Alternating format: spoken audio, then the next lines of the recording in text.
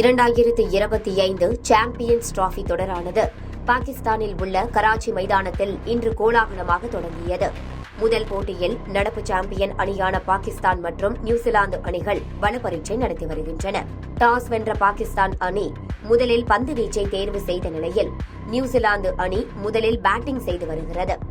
இதில் நியூசிலாந்து அணியில் நட்சத்திர வீரர் ரச்சின் ரவீந்திரா இடம்பெறவில்லை. இன்னும் முகத்தில் ஏற்பட்ட காயத்திலிருந்து அவர் குணமாகாத நிலையில் அவருக்கு பதிலாக வில் யங் சேர்க்கப்பட்டுள்ளார். சமீபத்தில் பாகிஸ்தானில் நடைபெற்ற முத்தரப்பு தொடரில் பாகிஸ்தானுக்கு எதிரான போட்டியின் போது ரச்சின் ரவீந்திராவிற்கு முகத்தில் பலத்த காயம் ஏற்பட்டது.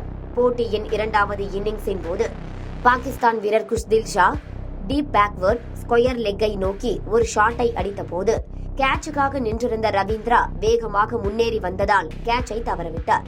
நல்ல வேகத்தில் வந்து பந்து அவருடைய முகத்தின் நெற்றியில் பலமாக தாக்கியதால் அந்த நொடியே ரத்தம் வழிய ஆரம்பித்தது.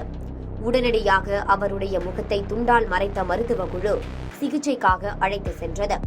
வீரர்கள் மைதானத்தில் காயமடைவது இயல்பானதுதான் என்றாலும் ரத்தம் வழிய வழிய ரச்சின் ரவீந்திரா வெளியேறியது ரசிகர்களுக்கு மிகப்பெரிய கவலையை ஏற்படுத்தியது.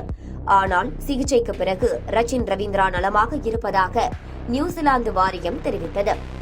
இந்த நிலையில் சாம்பியன்ஸ் டிராபியில் ரச்சின் ரவீந்திரா இடம்பெற்று விளையாடுவார் என்ற எதிர்பார்ப்பு இருந்த நிலையில் தற்போது பாகிஸ்தானுக்கு எதிரான முதல் போட்டியில் அவர் பங்கேற்கவில்லை. டாஸின் போது பேசிய நியூசிலாந்து கேப்டன் மிச்சல் சாட்னர், எங்களுடைய அணியில் ஏற்பட்டிருக்கும் காயங்கள் துரதிருஷ்டமானவை, இருப்பினும் இருக்கும் இளம் வீரர்கள் மீது நம்பிக்கையுடன் இருக்கிறோம் என தெரிவித்துள்ளார்.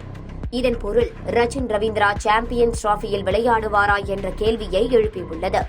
3 லீக் போட்டிகள் மட்டும்தான் என்ற நிலையில் ரச்சின் ரவீந்திரா போன்ற வீரர் இல்லாதது நிச்சயமாக நியூசிலாந்துக்கு பெரிய பாதகமாக அமையப்போகிறது.